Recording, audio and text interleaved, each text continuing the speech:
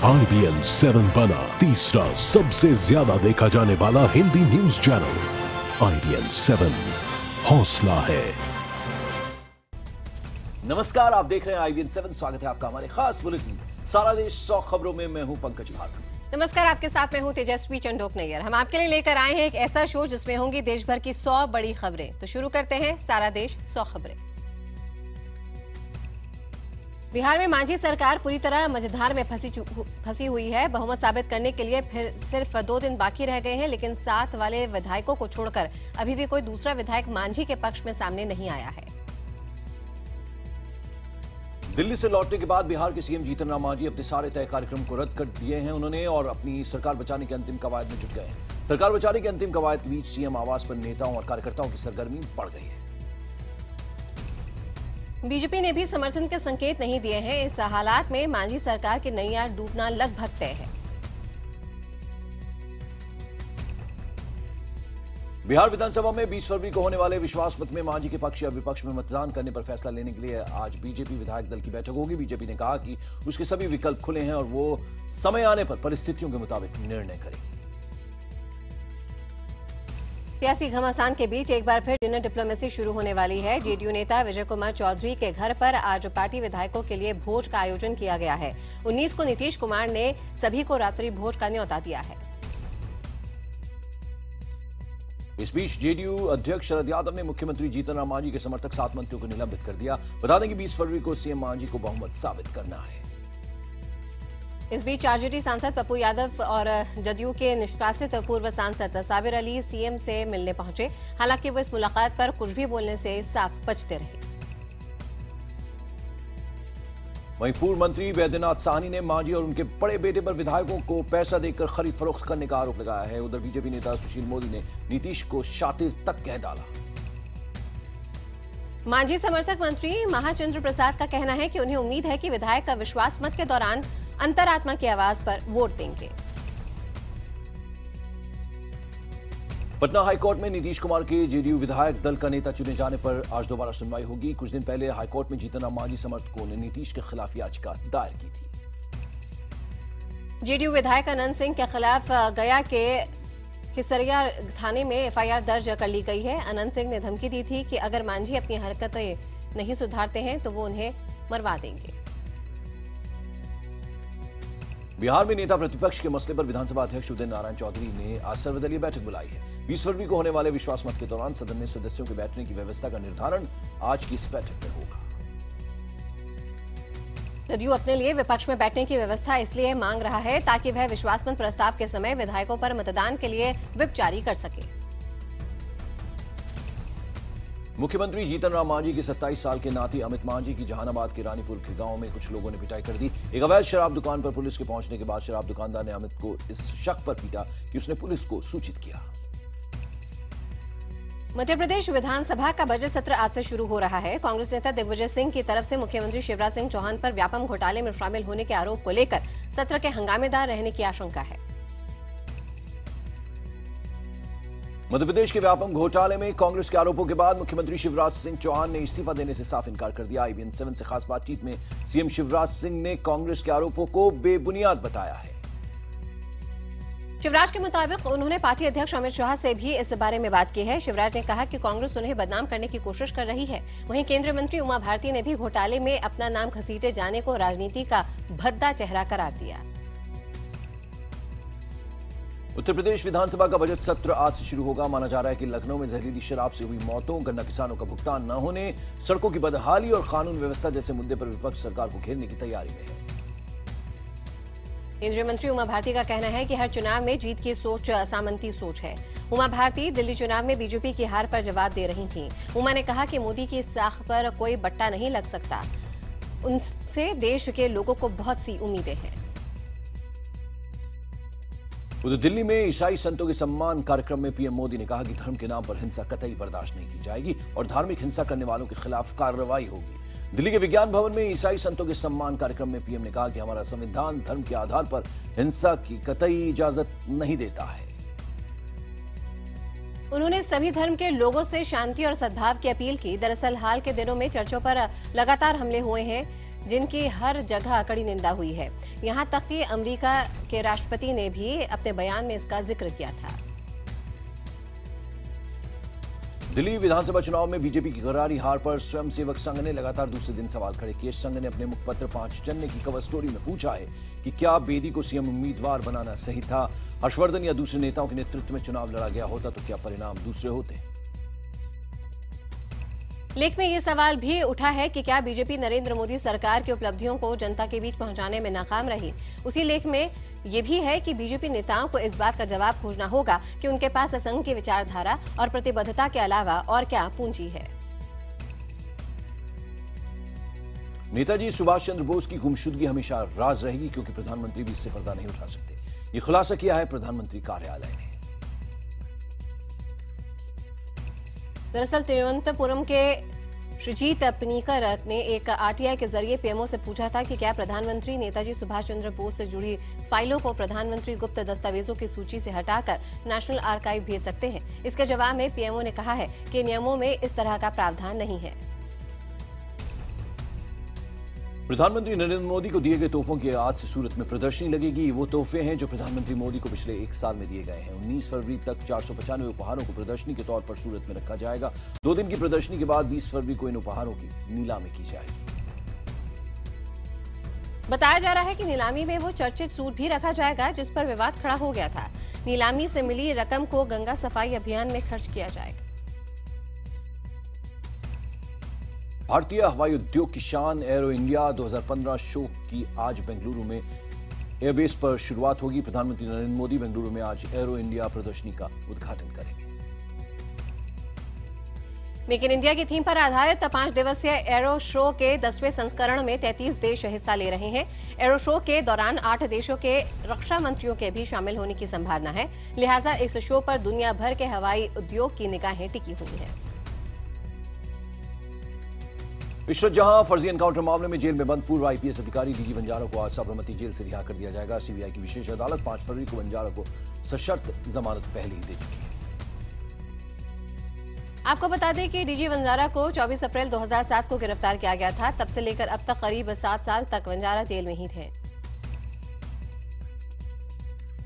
Gujarat high court में रोज Sabarmati express कांड के 31 दोषियों की अपील पर सुनवाई होगी। आपको बता दें कि फरवरी 2002 को साबरमती एक्सप्रेस के डिब्बे S6 में कुछ लोगों ने आग लगा दी थी, जिसमें जलकर 59 कार सेवकों की मौत हो गई थी। स्वाइन फ्लू ने पूरे देश में दहशत मचा रखी है। देश के अलग अलग कोने से स्वाइन फ्लू के अब तक 620 लोगों की जान जा चुकी है। सबसे खराब हालात राजस्थान, मध्य प्रदेश, गुजरात और महाराष्ट्र के हैं। राजस्थान की बात करें तो यहां तो रोजाना औसतन 6 लोग स्वाइन फ्लू से दम तोड़ रहे हैं। हालात इस कदर खराब हैं कि जोधपुर में तो नेशनल लॉ यूनिवर्सिटी में 1 मार्च तक छुट्टी घोषित कर दी गई है। जयपुर में स्वाइन फ्लू से मौतों का सिलसिला थम नहीं रहा। जयपुर के सबसे बड़े सवाई मानसिंह अस्पताल में मंगलवार को 3 और मौतें हो गई। जयपुर में अब तक 32 स्वाइन फ्लू मरीजों की मौतें हो चुकी हैं। कोटा में स्वाइन फ्लू रोगियों का आंकड़ा कम होने का नाम ही नहीं ले रहा है। मंगलवार को 11 और रोगियों के सामने आने से स्वाइन फ्लू पॉजिटिव रोगियों की संख्या 350 हो गई। कोटा में स्वाइन फ्लू से अब तक 9 मरीजों की मौत हो चुकी है। हिमाचल के कांगड़ा में स्वाइन फ्लू से मौत का दूसरा मामला सामने आया है। इसके अलावा स्वाइन फ्लू के 3 नए मामले पॉजिटिव पाए गए हैं। इनमें से एक आईजीएमसी और 2 टांडा मेडिकल कॉलेज के हैं। शिमला में स्वाइन फ्लू से पहली मौत होने के बाद वहां के आईजीएमसी अस्पताल ने इंतजाम बढ़ा दिए हैं। शिमला में जिस शख्स की मौत हुई वो सोलन का रहने वाला था। स्वाइन फ्लू की पुष्टि के बाद अलीगढ़ मुस्लिम यूनिवर्सिटी को एहतियातन 25 फरवरी तक बंद करने के फैसले पर सवाल खड़े हो गए हैं। एएमयू कोर्ट मेंबर इसके पीछे चांसलर, प्रो वाइस चांसलर के होने वाले चुनाव को टालने की वजह मान रहे हैं। इधर दिल्ली के सरकारी अस्पतालों में स्वाइन फ्लू के इलाज में मेडिकल सुविधाओं की कमी देखने को मिल रही है। मरीजों और उनके परिजनों के मुताबिक सरकारी अस्पतालों में दवाइयां और वैक्सीन की बेहद कमी है। उज्जैन के पास सतारन में शिवरात्रि का प्रसाद खाने से करीब 1500 लोग बीमार हो गए। 125 लोगों का इलाज जिला अस्पताल में चल रहा है। मरीजों की संख्या बढ़ाने से जिला प्रशासन के हाथ पांव फूल गए हैं। प्रधानमंत्री की जनधन योजना को सबसे ज्यादा सफलता हिमाचल प्रदेश में मिली है। यहां हर घर अब प्रधानमंत्री जनधन योजना के तहत बैंक से जुड़ चुका है। हिमाचल में अब तक 7,24,207 परिवारों ने नए खाते खोले हैं। प्रदेश की जनसंख्या 69 लाख है, जबकि बैंक खातों की संख्या 1,20,00,000। हिमाचल प्रदेश में जनसंख्या से 2 गुना अधिक बैंक खाते खोलने का भी रिकॉर्ड कायम किया गया। प्रधानमंत्री जनधन योजना के तहत पीएनबी ने 6, यूको बैंक ने 4, जबकि स्टेट बैंक ने 2 जिलों को जोड़ने का काम पूरा किया। परीक्षा में कभी अव्वल रहने वाला हिमाचल प्रदेश अब पिछड़ता जा रहा है। एक संस्था के ताजा सर्वे के मुताबिक हिमाचल में 13% बच्चे पहली क्लास की किताबें भी नहीं पढ़ पाते। वहीं 2.3% बच्चे ऐसे हैं जिन्हें शब्दों की पहचान तक नहीं है। रिपोर्ट में कहा गया कि शैक्षणिक संस्थानों का तो आधारभूत ढांचा विकसित हुआ है, लेकिन शिक्षा स्तर में अपेक्षित सुधार नहीं हुआ है। मुंबई की नाइट लाइफ एक बार फिर गुलजार होगी। महाराष्ट्र सरकार ने मुंबई में पब, डिस्को और रेस्तरां को रात भर खोलने की इजाजत दे दी है। माना जा रहा है कि मार्च से अगस्त के बीच सरकार कभी भी इसके लिए कानून बना सकती है। इस प्रस्ताव को लेकर शिवसेना अध्यक्ष उद्धव ठाकरे के बेटे आदित्य ठाकरे मुख्यमंत्री देवेंद्र फडणवीस से मिले थे, जिसके बाद मुख्यमंत्री ने उनके इस प्रस्ताव को हरी झंडी दे दी। मुंबई में पुलिसकर्मी के बेटे की गुंडागर्दी का सनसनीखेज मामला सामने आया है। मलाड इलाके में तैनात पुलिसकर्मी के बेटे पर आरोप है कि उसने अपने साथी के साथ मिलकर एक युवक को बेरहमी से पीट कर हत्या कर दी। पुलिस वाले के बेटे की गुंडागर्दी की ये तस्वीरें पास में लगे सीसीटीवी कैमरे में कैद हो गई। बाद में मौके पर पहुंची पुलिस ने बुरी तरह से जख्मी युवक को अस्पताल में भर्ती कराया, जहां उसने दम तोड़ दिया। कैब में महिला यात्रियों के साथ बढ़ती घटनाओं के चलते गुड़गांव जिला प्रशासन ने महिला कैब सर्विस को बढ़ावा देने की कवायद शुरू कर दी है। महिला कैब सर्विस की खास बात यह होगी कि इन कैब को सिर्फ महिला ड्राइवर ही चलाएंगी। इटारसी रेलवे जंक्शन पर नशे में धुत एक यात्री विंध्याचल एक्सप्रेस में चढ़ने के दौरान ट्रेन के नीचे गिरकर उसमें फंस गया। ट्रेन और प्लेटफॉर्म में फंसे यात्री को कुछ दूर तक ट्रेन घसीटते हुए ले गई। घटना की जानकारी मिलते ही ड्यूटी पर तैनात जीआरपी जवान और यात्रियों ने तुरंत ट्रेन गार्ड से संपर्क कर ट्रेन को रुकवाया। ट्रेन रुकते ही यात्रियों ने ट्रेन और प्लेटफॉर्म के बीच फंसे यात्रियों को सकुशल बाहर निकाला। उधर गोपालगंज में सैकड़ों बच्चे जर्जर पुल पार कर स्कूल जाने को मजबूर है। प्रशासनिक लापरवाही से इस पुल पर कभी भी बड़ा हादसा हो सकता है। जर्जर पुल को लेकर ग्रामीणों में खासा आक्रोश है। ग्रामीणों ने पुल निर्माण को लेकर अधिकारियों से लेकर जनप्रतिनिधियों तक के चक्कर काटे। बावजूद इसके ये पुल वर्षों बाद भी ऐसे ही जर्जर पड़ा हुआ है। लिहाजा नाराज ग्रामीणों ने एनएच जाम पर प्रदर्शन करने का मन बना लिया है। मध्य प्रदेश के श्योपुर जिले में पैसे के अभाव के चलते 3 सगी बहनों का इलाज नहीं हो पा रहा। किसी अज्ञात बीमारी से पीड़ित तीनों बहनों के इलाज के लिए परिवार के पास पैसा नहीं बचा है। अब शारीरिक रूप से अक्षम पिता ने बेटियों के इलाज के लिए प्रशासन से गुहार लगाई है। मध्य प्रदेश के छतरपुर में जिले में धसान नदी से भगवान की 5 मूर्तियां मिलने के बाद हड़कंप मच गया। दरअसल नदी में नहाते वक्त ग्रामीणों ने यहां पे बोरी में बंद मूर्तियां पाई। ग्रामीणों ने इसकी सूचना गांव के सरपंच को दी। आनंद फानन में सरपंच ने इसकी सूचना पुलिस को दी। स्थानीय पुलिस के मुताबिक नदी से बरामद सभी मूर्तियां कई साल पुरानी हैं, जिसके चलते मूर्तियां बेशकीमती बताई जा रही हैं। मूर्तियों का वजन 40 किलो के आसपास है। वहीं ग्रामीणों ने पूजा पाठ भी शुरू कर दिया है। एटीएम से पैसे निकालने की सीमा पर दिल्ली हाईकोर्ट में सुनवाई आज। अदालत ने आरबीआई, स्टेट बैंक और इंडियन बैंक एसोसिएशन से किया था जवाब तलब। कोयम्बटूर की रहने वाली शारदा प्रसाद की खुशियों का ठिकाना नहीं रहा, क्योंकि शारदा उन 3 भाग्यशाली लोगों में से है जिन्हें मार्स मिशन के लिए चुना गया है। बाकी 2 लोगों को अमेरिका और दुबई से चुना गया है। महाशिवरात्रि के पावन मौके पर उज्जैन के मशहूर ज्योतिर्लिंग महाकाल मंदिर में वीआईपी का तांता लगा रहा। केंद्रीय मंत्री उमा भारती, महाराष्ट्र के मुख्यमंत्री देवेंद्र फडणवीस के अलावा शिवराज सरकार में मंत्री कैलाश विजयवर्गीय भी भगवान शिव के दर्शन के लिए पहुंचे। चाईबासा के होटल के वॉशरूम में महिला ने शावर के पाइप में फंदा लगाकर खुदकुशी कर ली। होटल के कमरे से 10 पन्नों का एक सुसाइड नोट भी मिला है। उसी आधार पर पुलिस मामले की जांच कर रही है। बिहार के पटना में पुलिस एएसआई ने फंदे से लटक कर जान दे दी। पुलिस सूत्रों का कहना है कि एएसआई योगेंद्र सिंह पिछले कुछ दिनों से तनाव में चल रहे थे। जयपुर के ट्रांसपोर्ट नगर इलाके में शादी समारोह से 8 लाख का हार चुराने वाली आरोपी महिला को पुलिस ने गिरफ्तार किया। उधर भिवानी में 3 बदमाशों ने एक होटल मालिक से 25 लाख की फिरौती की मांग की। जब होटल मालिक ने फिरौती देने से इनकार कर दिया तो बदमाशों ने उस पर गोलियां चला दी। एक सरकारी स्कूल के टीचर पर मासूम की जबरदस्त पिटाई का मामला सामने आया। परिजनों ने शिक्षक के खिलाफ केस दर्ज करवाया। गुजरात के बनासकांठा जिले में एक छात्र की मौत के बाद उसके परिजनों ने स्कूल में जमकर हंगामा किया और जबरदस्त तरीके से तोड़फोड़ की। घर वालों के मुताबिक टीचरों की प्रताड़ना से परेशान होकर छात्र ने फांसी लगाकर जान दे दी। पुलिस ने 4 आरोपी टीचरों के खिलाफ केस दर्ज किया। मथुरा रिफाइनरी से तेल माफिया ने बिटुमिन प्लांट से 184 ड्रम बिटुमिन ऑयल चोरी कर लिया। चोरों ने सुरक्षा एजेंसियों की आंखों में धूल झोंक कर पहले रिफाइनरी से ड्रम बाहर निकाले, हालांकि बाद में पुलिस ने इसे बरामद कर लिया। बिहार के नालंदा में एक डॉक्टर पर किडनी निकालने का आरोप लगा है। पीड़ित महिला का कहना है कि अपेंडिक्स के ऑपरेशन के नाम पर डॉक्टर ने धोखे से दाएं किडनी निकाल ली। आरोप के मुताबिक ऑपरेशन के कुछ दिनों बाद महिला का शरीर फूलने लगा। जांच के दौरान दाईं किडनी गायब होने का खुलासा हुआ। घटना के बाद से आरोपी डॉक्टर फरार है। बिहार के मधुबनी में एक प्राथमिक स्वास्थ्य केंद्र में आग लगने से अफरा तफरी मच गई। इस आग के चलते स्वास्थ्य केंद्र में मौजूद दस्तावेज और उपकरण जलकर खाक हो गए। आग की वजह से लाखों रुपए के नुकसान का अंदेशा है। आग लगने के कारणों के बारे में अब तक कोई जानकारी नहीं। मध्य प्रदेश के बुरहानपुर जिले में पुलिस ने दबिश के दौरान अवैध हथियारों का जखीरा बरामद किया। अवैध हथियारों की खरीद फरोख्त के आरोप में 5 लोगों को गिरफ्तार भी किया गया है। हरियाणा के भिवानी में दामाद को समझाने आए लड़की के मायके वालों पर गोली चला दी गई। आरोप है कि लड़की को ससुराल में परेशान किया जा रहा है। जहां बातचीत के दौरान झगड़ा बढ़ने पर लड़के के बड़े भाई ने लड़की के मायके वालों पर गोली चला दी। वहीं लड़का का परिवार सभी आरोपों से इनकार कर रहा है। भोपाल के हबीबगंज इलाके में लूटपाट का विरोध करने पर एक शख्स को बदमाशों ने गोली मार दी। पीड़ित के बड़े भाई का कहना है कि भाभी के साथ हो रहे लूटपाट का देवर ने विरोध किया, जिसके बाद बदमाशों ने गोली चलाई।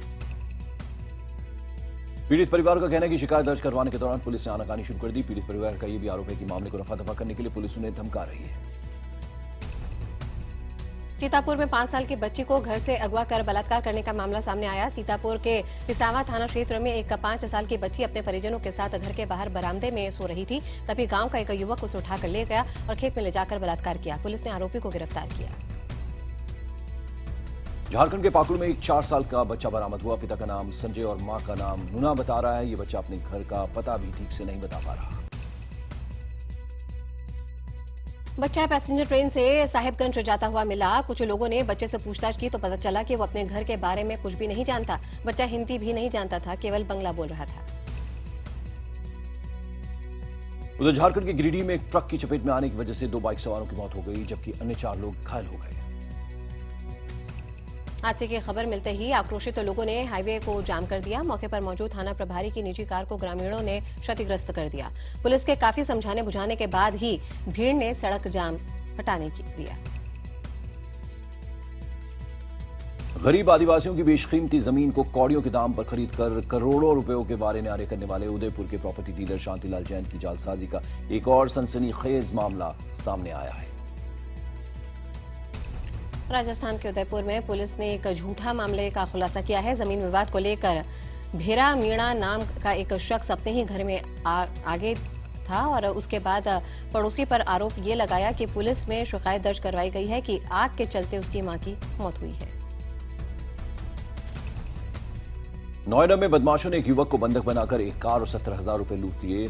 युवक अपने दोस्त के साथ नोएडा एक्सटेंशन से गाजियाबाद की तरफ जा रहा था। बदमाश 6 घंटे तक पिस्टल के बल पर युवक और उसके मित्र को घुमाते रहे। बदमाशों ने युवक के पास रखे 50,000 रुपए लूट कर फिर उसको बंधक बनाकर एटीएम पर ले गए और 20,000 रुपए भी निकाल लिए। युवक ने कई घंटे के बाद पुलिस को सूचना दी, जिससे पुलिस को घटना संदिग्ध लग रही है। हालांकि पुलिस ने मामला दर्ज कर जांच शुरू कर दी है।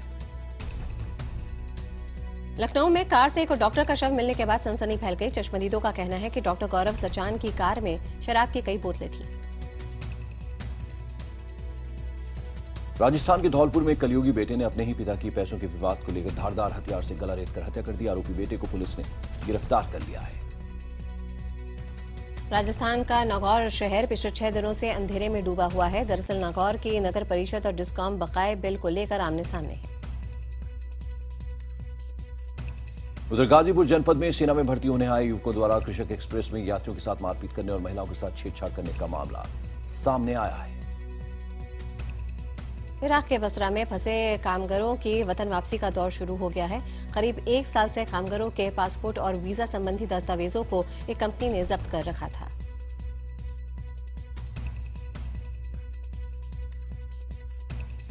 परिवार वालों ने उनकी वतन वापसी को लेकर प्रशासन से गुहार लगाई है। हमारे नेटवर्क के चैनल ईटीवी ने भी इस मुद्दे का प्रमुखता से इसे उठाया था। आईआईटी रुड़की में पिछले साल पीएचडी की छात्रा ने अपने गाइड पर यौन उत्पीड़न का मामला लगाया था और अब वो अल्पसंख्यक आयोग पहुंच गई है। आयोग ने उप जिलाधिकारी नासिर हुसैन को इस मामले की जांच के आदेश दिए हैं। शाहरुख खान और रोहित शेट्टी की जोड़ी एक बार फिर साथ नजर आएगी। रोहित शेट्टी शाहरुख खान के साथ मिलकर दिलवाले फिल्म बना रहे हैं। फिल्म निर्माता साजिद नाडियाडवाला ने टाइगर श्रॉफ को अपनी एक और फिल्म बागी में साइन किया है। इस बीच हनी सिंह की सेहत में अब सुधार आ रहा है। हनी सिंह हाल ही में अपने परिवार के साथ अमृतसर के स्वर्ण मंदिर में मत्था टेकने गए थे। अभिनेता वरुण धवन अपनी फिल्म बदलापुर की अभिनेत्री यामी गौतम पर फिदा हो गए हैं। वरुण ने यामी के बारे में कहा है कि यामी बहुत ही सुंदर और टैलेंटेड अभिनेत्री हैं। और सारा देश 100 खबरों में फिलहाल इतना ही।